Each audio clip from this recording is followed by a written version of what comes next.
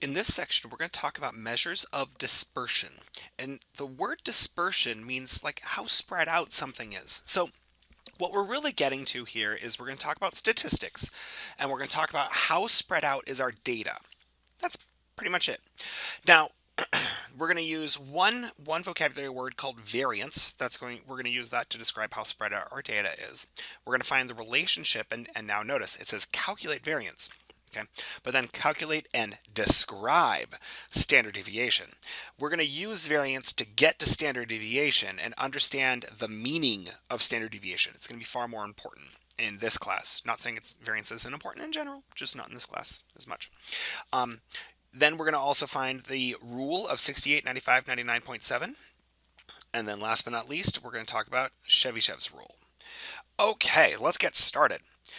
Now, because we're talking about data, the very first thing we have to say is, do we know the difference between a sample and a population? Now, I'm going to leave the heavy lifting of this concept to your statistics courses, but just in general, just so you have a basic idea, a sample is a subset of the population. Okay, so when we're doing statistics, when we're calculating statistics, what we're trying to do is grab a small group of people that represent the entire population, that represent the entire people. So, for example, during elections, when we try to survey a few thousand people about who they want to be president or senator or whatever, and then use that to make a prediction about the entire population. And there's a lot of methodology to this to make it valid, more or less valid, and you'll quite enjoy that. Once you understand the methodology, you'll enjoy what happens when you actually watch elections and the things that occur on TV. Nonetheless, so sample is a small group, population is the entire group you're trying to describe. Okay, so what we're going to start off with is the equation for variance of a sample. So the equation here is fantastic. There's a lot going on here. So I'm going to break it down piece by piece. Whenever you see an x sub k, that is just one data point. Now, when I say x sub k, that would be like this one right here, x sub 1, x sub 2, x sub n. What we mean is just one bit of data. So this would be the first person I interviewed, the second person I interviewed, and so on and so forth until I get to my nth person, which would be the last person I interviewed. Okay, so that's all we mean by the x sub k. X sub r is average. Now remember, I'm going to use the word average in quotations, because that does not mean mean. It can mean mean. Mean is acceptable, right? That is a version of average. But what we're saying is any appropriate version of average. So it could be mean, it could be median, it could be expected value, right? It could be any kind of average. All right. N is the number of people, or number of, let's call it data points. Data points. So it could be a number of people interviewed, number of shoe sizes measured, whatever you were surveying. Okay, so then and then s squared is your, whoops, let me change colors, that is your variance. Okay, so don't let the squared get to you, just that's how we notate variance of a sample. Okay, when we go to population, it's going to be very similar, just we're going to change our letters, but pretty similar. So what's happening here? What is this saying? Take your data point, right? That's what this piece is. Subtract your mean, subtract your average. Then take those values and square them. Then rinse and repeat. Do that for your second data point, third data point, fourth data point, fifth data point. Do that for all of them. And then add all of them together. So there is a common way of writing this using sigma notation. I'm just not going to do that in this class, but you can write it something like this if you are familiar with sigma notation. And then this entire thing divided by n minus 1. This would mean the same thing, but this notation, it's not worth our time in this class. We spend so little time on this that we'll just write it out this way, and we're fine. So I hope this makes sense. I hope this formula makes sense. So now all we're going to do is do it, and then we'll talk about what it means as best we can. All right, so Using the shoe sizes that were from the previous lesson, let's calculate the variance of shoe sizes. So that formula, all right, so the first thing we're going to need to do to get our shoe sizes, we need to know our mean. And just to make life simple, we are going to just use X bar. We'll use the mean, even though I said that's not in the last lesson, I said that's not the best descriptor of mean. And this would be an interesting one because it's bimodal. So we'd have to actually two variances, one for the boys, one for the girls. All right. But just for this example, we'll just use the mean we found in the previous problem. And I had to look back, and that mean was 7.23. So let's go back now and let's go to our lesson. All right. So our mean is going to be 7.23. Now, our values are all listed up here, right? We've got all those already set out. And then what other information do we need? We need our n. And our n was our number of data points. How many data points do we have? 13. Okay. So I believe we now have everything we need. So let's start writing out our equation. So s squared is equal to, all right, my first data point. So 1 minus 7.23 quantity squared plus my next data point, 4 minus 7.23 quantity squared plus my next data point, 4 point, wait a second, 4 minus 7.23. Well, aren't we just going to have that same thing twice? So instead of writing it out, why don't we just do two of those? So 2 times 4 minus, okay, plus our next data point, which would be 5 minus 7.23 squared, plus, all right, now our next data point would be the value 6 minus 7.23 quantity squared, and we had 3 of those, so I'm going to say 3 of those, all right, plus our next data point is 7, so it would be 7 minus 7.23 quantity squared. Then we have 10. Oh, goodness. Okay, so here we go. 10 minus 7.23 quantity squared. Oh my goodness. Now we got 11. All right, yes, I am doing this on purpose, kind of making it long, because it's going to make you appreciate the fast version that comes later. All right, and then 12. 12 minus 7.23 quantity squared. Okay. Oh my goodness. All right, so we got that. Oh, wow. All of that is divided by 13 minus 1. Right? Okay, so now let's calculate. Holy goodness. Pause the video, do all this by hand, and we're going to cry a little bit, but let's get it done. Okay, I just did it in my calculator, and I got s squared is equal to 11.85897-ish. Okay, now I'm going to tell you the truth. I cheated. I used my calculator, and that's what I'm going to show you how to do now.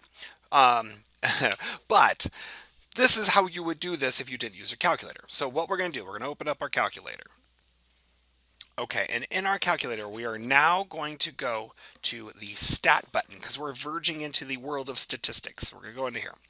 And then we are going to edit. Choice number 1, we hit enter. Now in here, we're going to put our lists. Now, the way I want you to put in the list is just put in each unique number. So I'm going to put in 1, then hit enter. Then 4, hit enter. 5, 6, 7, 10, 11, and 12. Okay. So each unique number. Then in your L2 list, so you arrow over to the right, so you're in L2, what you're going to do is enter how many of each there were. So I had one number 1, I had 2 number 4s, 1 5, 3 6s, 1 7, 1 10, 3 11s, and 1 12. All right. Now, for those of you who had something in your list and you need to get it cleared out, or when you're doing another problem and you need to get it cleared out, if you have values in your list, you need them to go away. Here's how you do it. You arrow up to the very, very top. Whatever you do not press delete, because then your the whole L2, L1, L3 will go away and you will lose it. Instead, what we're going to do is press clear right below the down arrow in the directional pad. You're going to clear, then hit enter, and that will clear out the data. Okay? All right, so now we have our values in for L1 and L2.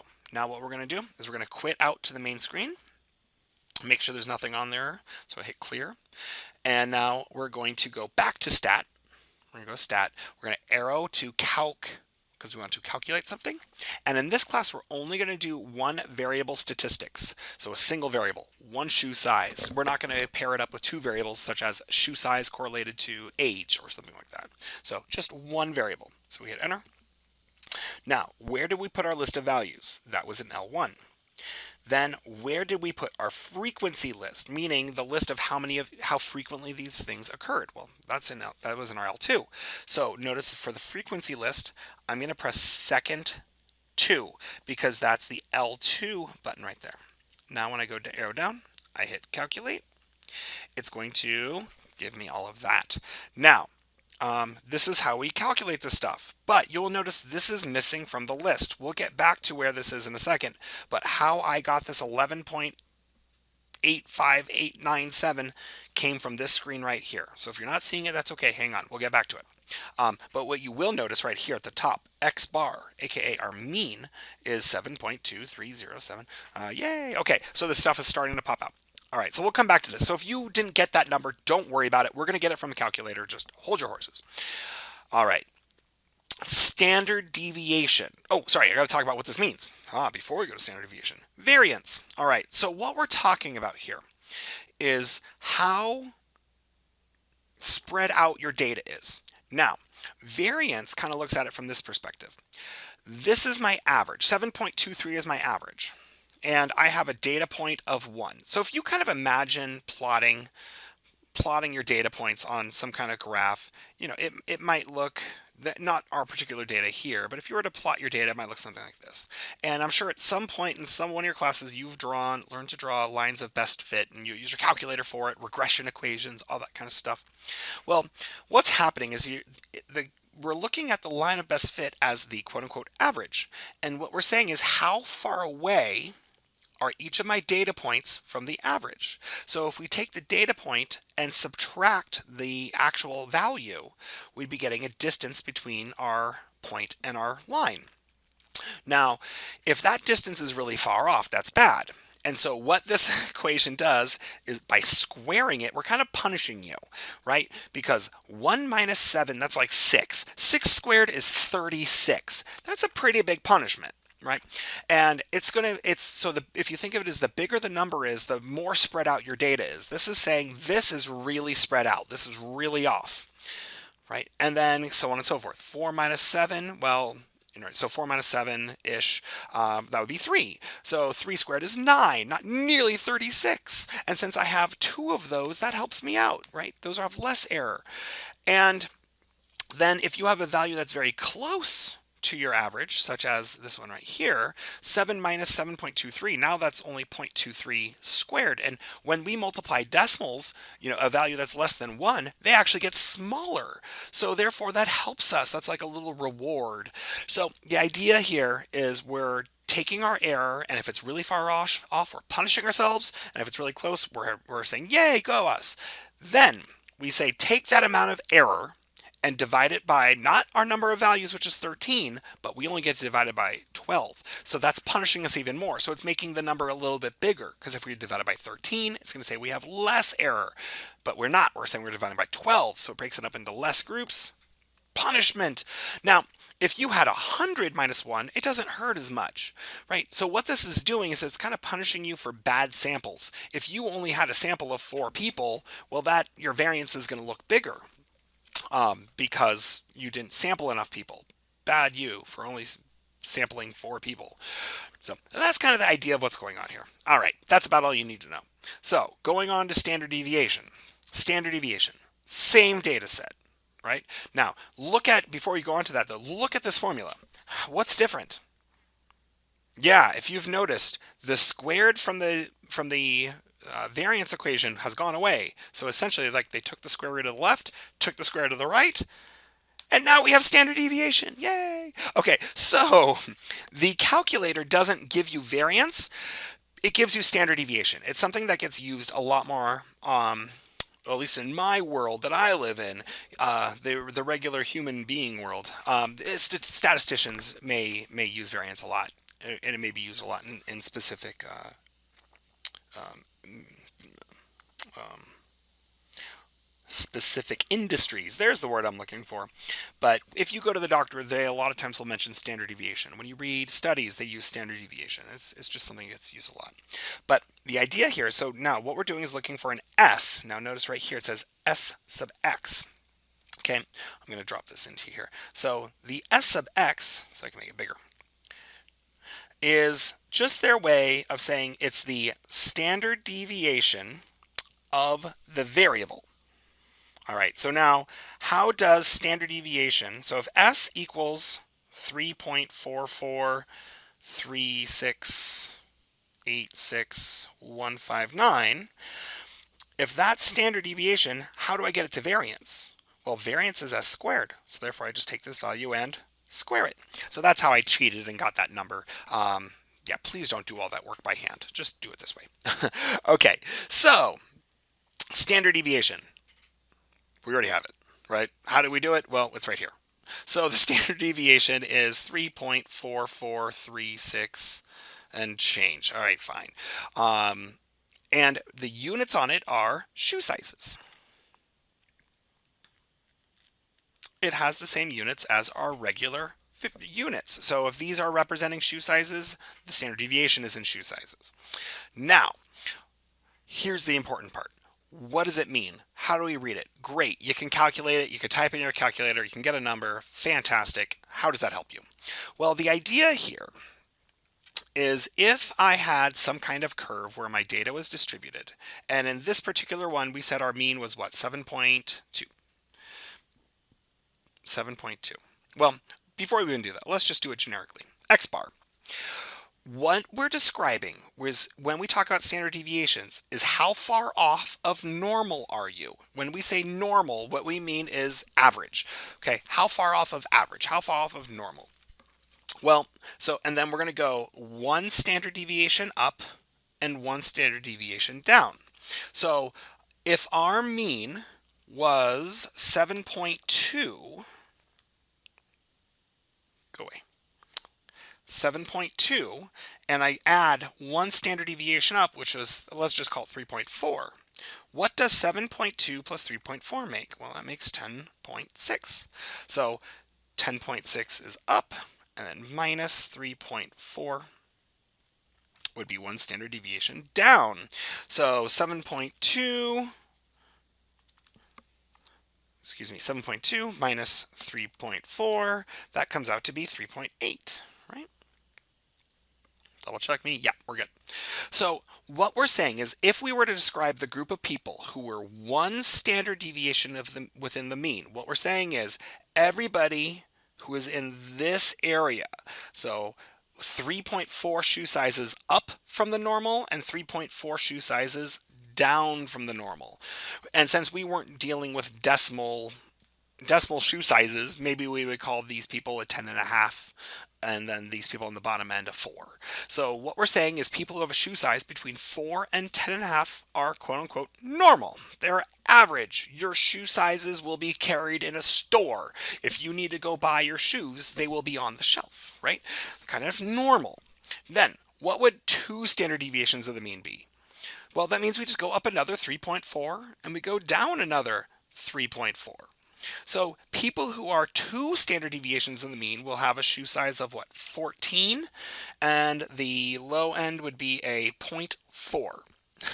So now, people who are within two standard deviations, are these people normal? Well, they're not abnormal. It's not that far out of the realm to say a size 14. I mean, when you go into Foot Locker, they're not going to have a gigantic catalog of size 14 shoes, but they may have one or two. And same thing here. I don't even know if there is such thing as a size 0, but you might be getting into kid sizes or something. I don't know. But the idea is you're starting to push the boundaries of average, but you're not talking about anything out of the really ordinary into the extraordinary. It still happens in everyday life. People you know. Now, let's talk about 3 standard deviations of the mean. What on earth does 3 standard deviations of the mean be? Well, with the shoe sizes, this is getting a little interesting now, because now we're in negative shoe sizes. So we are definitely in the the kid sizes at this point. So if we were talking about adults, I don't know what a -3 would be, but we're talking really small feet, right? That's kind of, for a full-grown adult to have that small of a foot, like a size 10 in kids or something, that would be very abnormal. Okay? Not that there's anything wrong with it, it would just be abnormal. All right, so then same thing the other way. For a size 17.4 shoe, how many people out there, raise your hand if you wear a size 17? Yep, not many of you just raised your hands. Now, to give you an idea of what this means, we when we're talking about quote unquote normal, um, I believe there's a gentleman by the name of Yao Ming who is 7'5". That is not quote unquote normal. There's nothing wrong with him being that tall, right? But you notice him. He doesn't, it stands out, right? I believe, if I remember correctly, he is 5 standard deviations of the mean. So we'd have to keep going with this to get to 5 standard deviations. But what is 3 standard deviations? If I remember correctly, I believe that would be 6'9" in height. So if you were walking through the mall and you see somebody who is 6'9", you notice them, right? They're tall. So that's kind of the idea, is what we're getting at here. How we look at standard deviation is a measurement of how far off of the mean is your data. So if it's 3 standard deviations away, it's abnormal. For us local Phoenix people, 3 standard deviations of the mean is Larry Fitzgerald, if you're a Cardinals fan, right? The rest of the Cardinals mostly are in the yellow, a few in the 2 standard deviations, but we've got one abnormal player in our team. We have one superstar. Maybe David Johnson sneak into that category, but you got one superstar and it's Larry. Okay? That's the idea. All right. Now, we know how to calculate standard deviation. We know what it means. It's just a descriptor of how far off normal are you. Great. Okay. Now, how do we do this for population? So let's start with variance again. Notice squared. Okay. So this symbol here means variance, just like the previous one. Instead of being an S, now we have a sigma. All right, whatever. Now, this letter here is mu. I don't really care if you know how to say it. All it means is the average. But instead of being the average of a sample, it's the average of an entire population. What's changed? Oh yeah, that's right, nothing. Okay, this formula is the same as the other one, except for, notice down here, there's no penalty. Because if we have literally asked everybody in our population, we have sampled the entire population and asked them who they're going to vote for president, there is no reason we should get penalized for the dividing by the number of people we interviewed, because we have no control over that population. It is the size that it is.